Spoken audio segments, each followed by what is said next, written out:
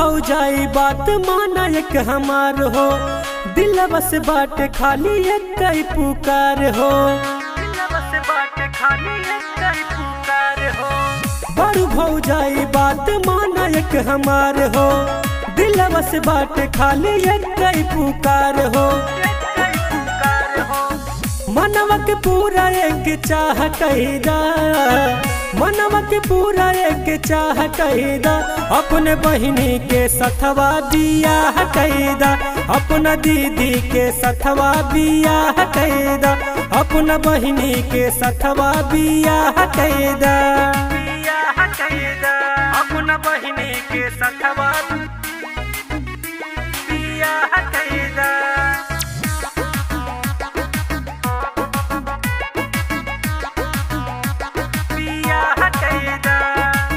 देखूं जब जब कर खूबी सारा हो, खोज मौका मिल कब दोबारा हो, कब दोबारा हो। देखूं जब जब कर खूबी सारा हो, खोज मौका मिल कब दोबारा। मन में बाटे में हरिया हमारे बनी है, हमरा जिंदगी के सोरहो सिंगार बनी है। जरई वालन के जिंदगी तबाह कईदा, जरई वालन के जिंदगी तबाह कईदा, अपने बहिनी के सथवा बियाह कईदा, अपना दीदी के सथवा बियाह कईदा, अपना बहिनी के सथवा बियाह कईदा, अपना बहिनी के सथवा बियाह कईदा, बियाह कईदा।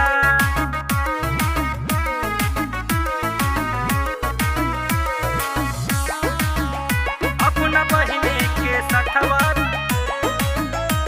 बियाह कईदा। भौजी हो बतिया बतावई में लाजबा, पहिला मिलान वाला रतिया याद बा,